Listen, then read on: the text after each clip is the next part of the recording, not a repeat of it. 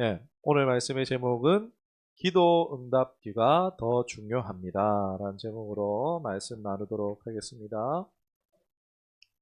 예, 지난 주 중에 드디어, 고생하셨습니다. 우리 김진필 성도님이 빠르게 회복하시고 퇴원하여서 이제 주중에 김해로 건강히 무사히 돌아왔습니다. 정말 축하할 일이고 교회의 기쁨이고 축복인 줄 믿습니다.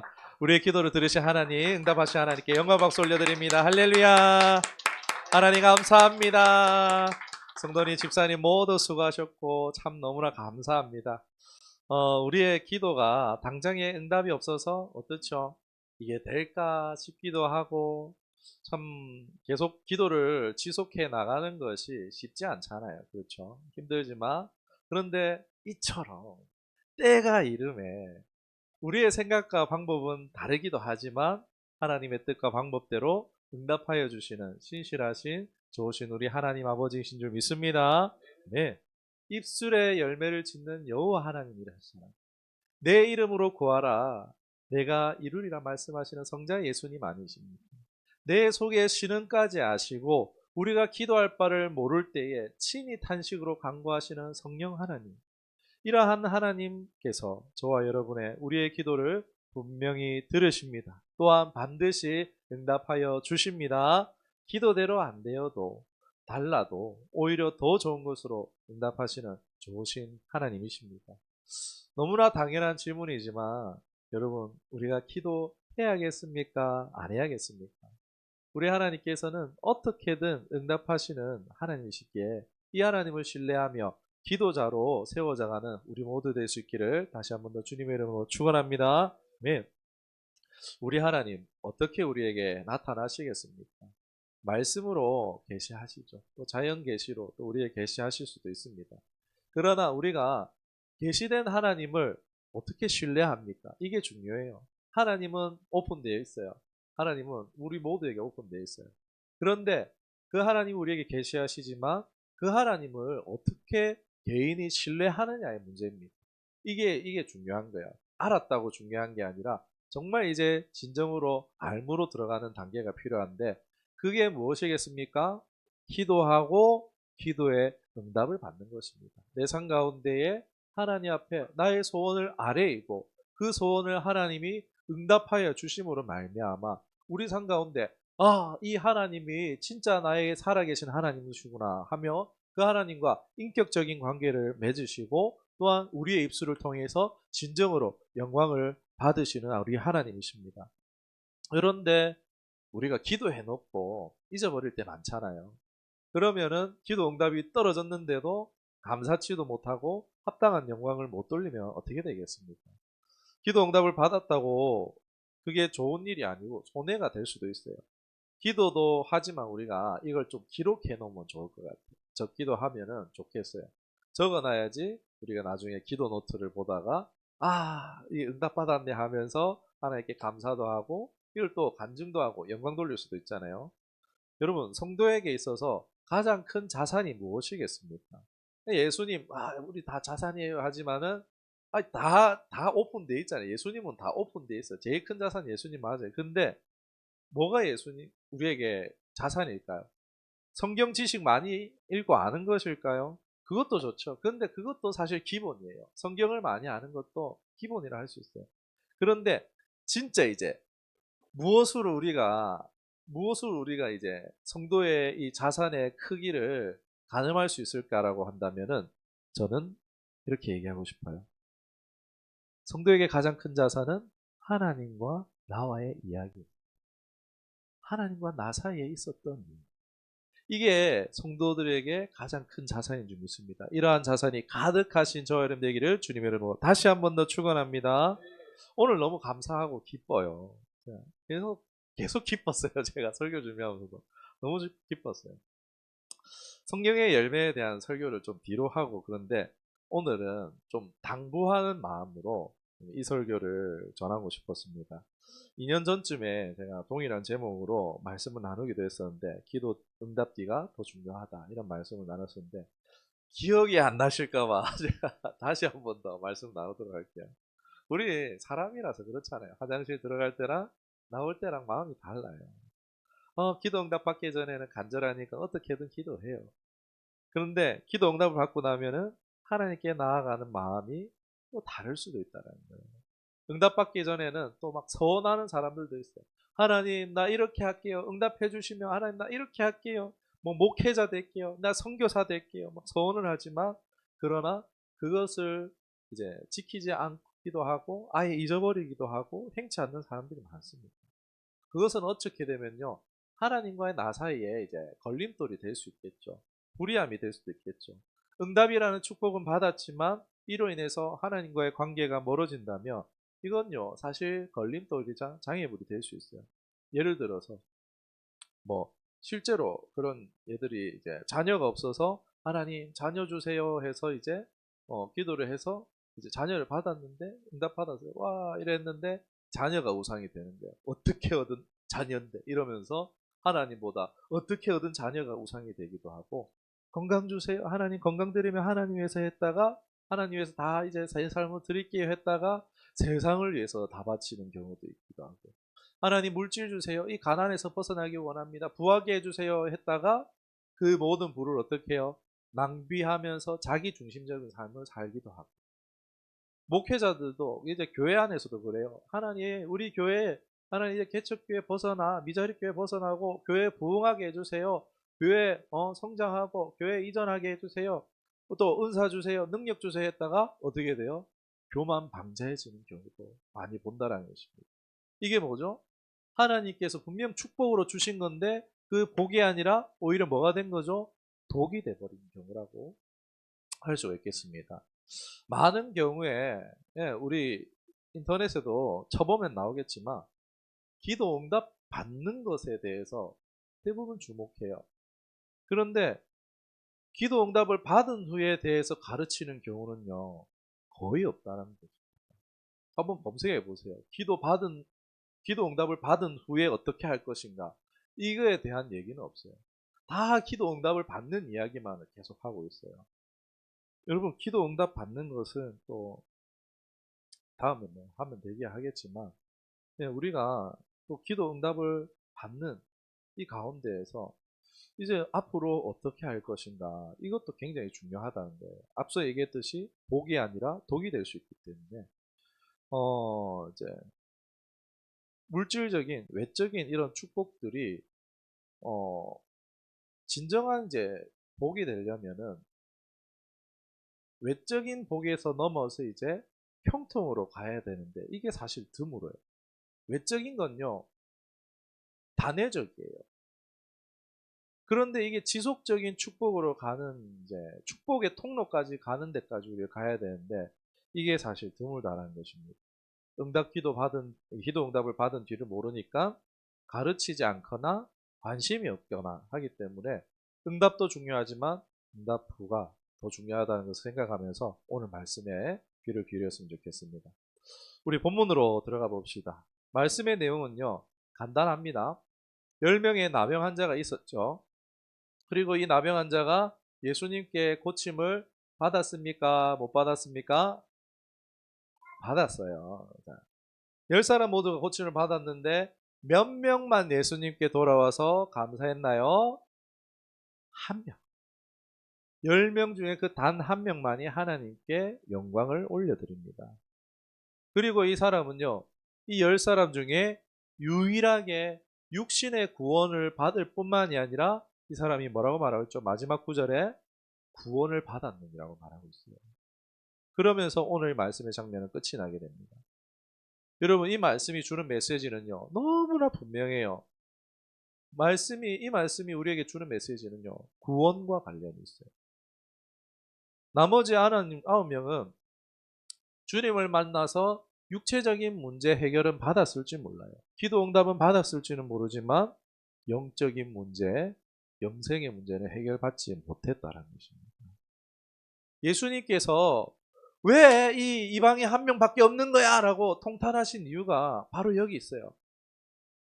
치료가 아닌, 육체의 응답이 아닌, 뭐 세상의 물질이나 이런 응답이 아닌 그 모든 것 위에 뛰어난 비교할 수도 없는 영생을 줄 수 있는 구원자를 눈앞에 코앞에 두고 치유는 받았어도 이들이 구원은 영생은 받지 못했기 때문에 예수님이 이렇게 가슴 치고 통탄하고 계시는 거예요. 여러분 이 예를 한번 들어볼게요. 혜성이 예찬이 뷔페에 갔어. 이제 뷔페 가서 음식을 먹어야 되는데 그 계산대에 있는 사탕 하나만 먹고 나온 거랑 똑같은 거예요. 돈은 45,000원 내놓고 계산대에 있는 사탕 하나만 먹고 나왔어. 그러면 동생이 그렇게 하고 왔어. 뭐라고 할 거야? 이 바보야! 막 이렇게 하지 않겠어? 뷔페 가가지고 출입구에 있는 사탕 하나만 45,000원 주고 먹고 오는 사람 보고 뭘 하겠습니까? 야, 막 이러면서 뭘 하겠죠? 그런 거예요, 그런 거 지금. 그거랑 비교할 수도 없는 거예요. 예수님을 코앞에 두고도 영생을, 구원을 받지 못하는 것은요. 뷔페 가가지고 사탕 하나 먹고 나오는 거랑 뭐 비교할 수도 없지만 좀 비유를 하자면 그렇다는 거예요. 통탄할 일이죠. 저는 이제 먹는 이야기를 하면 제가 통탄해서 그래서 먹는 비유를 했습니다. 네. 마태복음 22장 14절에 청함은 받은 사람은 많되 택함을 입은 사람은 적으니라 라고 말씀하십니다. 하나님은 모든 사람을요 차별함 없이 하나님 나라로 초청하십니다. 이런 은혜를 베푸세요. 그리고 그 기도의 응답을 통해서 우리에게 하나님이 살아계시다. 저 하나님의 나라가 지금 준비되어져 있다라는 것을 기도 응답을 통해서 우리에게 초청장을 주고 계신다는 것입니다. 그러나 정말 기도 응답을 받았지만 하나님 살아계시네? 라고 하고 하나님께 그 삶을 돌이킨 사람은 많을까요? 적을까요? 적다라는 것입니다. 나병 환자 중에 10사람 중에 1명이 돌아온 것처럼 기도 응답 받는 것만 목적이 돼서 기도 응답 받고 그냥 끝나버리는 경우가 많다는 거예요. 하나님 자체보다 응답에만 관심이 많을 때가 더 많다는 거예요. 10명 모두를 고쳤잖아요. 여러분 응답 자체는 나에게 그것이 너무 귀하고 나에게 어려워서 이제 간절할 수도 있지만 그러나 하나님께 기도 응답이 어렵겠습니까? 어려운 게 아닌 줄 믿습니다. 서두에 말했듯이 응답하시지만 시와 때의 문제겠죠. 우리가 급하지 하나님은 급하지 않으세요. 하나님 베푸시는 은혜나 기도 응답은요. 오늘 우리에게 향하신 초청장, 청함이라는 거예요. 하나님 나라의 초청장을 받는 거예요. 여러분 초대장은요. 뭘 의미합니까? 오늘 우리 집에 놀러와 라고 혜성이 보고 이제 대학 친구가 오늘 우리 집에 놀러와. 무슨 얘기입니까? 같이 놀자는 거잖아요. 놀자. 같이 즐겁게 놀자는 거예요. 교제하자는 거예요. 천국의 초대장을 받았다는 건요. 하나님과 교제하자라는 것을 말씀하시는 건 좀 있습니다. 기도 응답을 받았다는 건요. 기도 응답 받았으니 좋지 끝나 이게 아니라 하나님이 우리를 교제하시고자 집사님의 가정이 하나님과 교제하시고자 부르시는 하나님의 초청이자 부르심이 좀 있습니다. 아멘. 우리가 초청장을 받았어요. 이걸 그냥 받고 좋아 이러고 있으면 됩니까? 아니죠. 잔치집이 내한테 찾아오는 게 아니잖아요. 내가 이걸 받았으면은 잔치집을 가야 되는 게 맞잖아요. 초청한 주인공이 있는 곳으로 우리는 가야 되는 거예요. 말씀에도 구원받은 한 사람은 어떻게 했습니까? 막 다른 사람들은 다 막 가고 성전으로 가고 있는데 이 사람만 이게 뭐야? 나병이 어디 갔지? 다 나았네 하면서 오 이분이 진짜 메시아인가 보다 하면서 막 이 나병 환자 한 명이 나아서 주님께로 나아갔죠. 우리 신앙의 초기의 기도 제목은 당장 막 당하고 있는 어려움, 결핍에서 벗어나길 구하는 기도이지만 그러나 이제 하나님이 나의 삶 가운데 기도를 들으시고 응답하신다는 것을 경험하기 시작했다면 은혜를 경험하게 될 때에 그냥 거기에 계속 머물러 있으면 안 된다는 거예요. 다시 그냥 삶 속으로 들어가 버려서는 곤란하다는 거예요. 응답을 받았다면 이 초대장을 받았다면요. 이 일을 행하시는 분이 누구시지? 이걸요, 사인으로 알고 알아야 돼요. 하나님 자체를 구하는 기도예요. 그 하나님께로 나아가야 되는 줄 믿습니다. 제가 드리고 싶은 말씀은요, 하나님과 교제하는 신앙을 원합니다. 무엇보다 그의 나라와 그의 의를 구하라. 먼저 하나님을 구하는 것입니다. 여러분, 선물 왜 주나요? 선물을 왜 줘요? 관심 있으니까 주잖아요. 친해지려고 주는 거 아니겠어요? 이성이 선물을 줘요. 발렌타인데이 때, 뭐 화이트데이 때, 뭐 사탕이고 초콜릿이고 막 줘요. 왜 줍니까 그거? 나 너 관심 있어. 나 너 좋아해. 그런 의미로 주는 거잖아요. 그거 받았을 때 어떻습니까? 받으면은 얘가 나 좋아하나? 내가 좀 생겼지 이러면서 예쁘긴 하지. 보는 눈이 있어가지고 막 이러면서 하잖아요. 선물 받으면. 그러면 내가 한번 차 한번 마셔주지.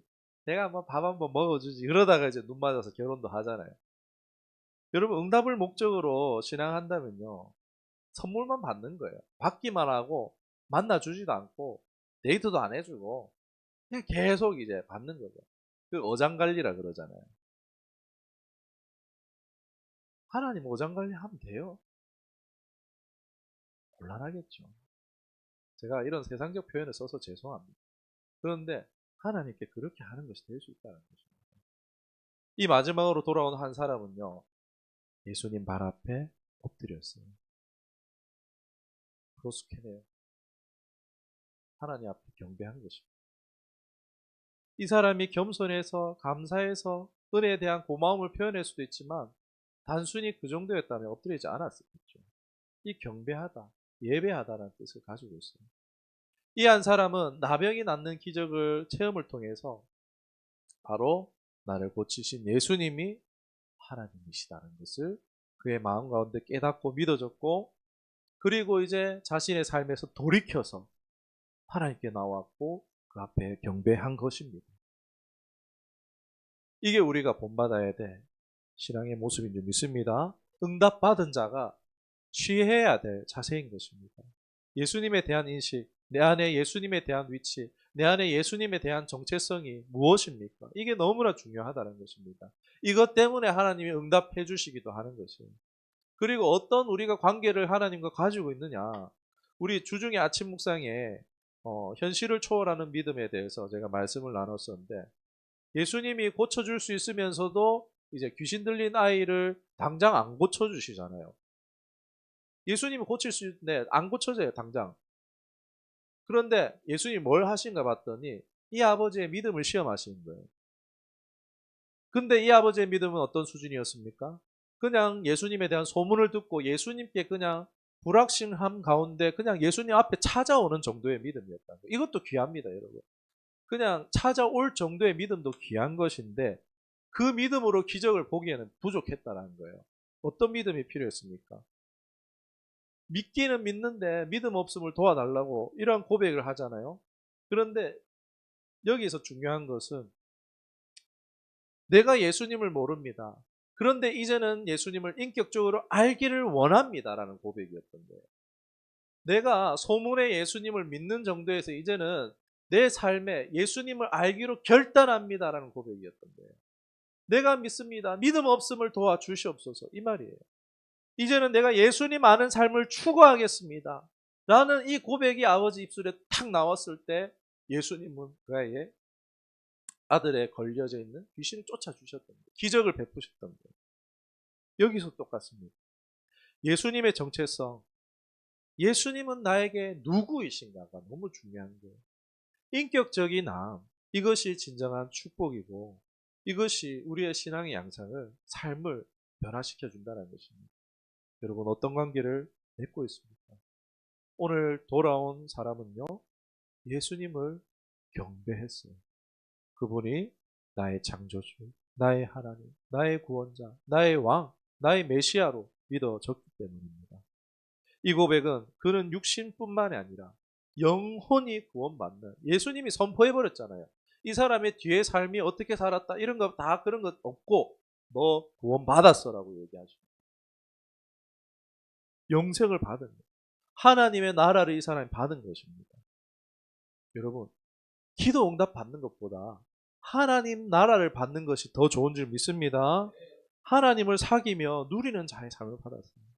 좋은 것 주시는 분하고 관계 있는, 좋은 것 주시는 분한테 좋은 것 받는 게 아니라 좋은 것 주시는 분하고 같이 사는 게 더 좋은 건 아니겠습니까?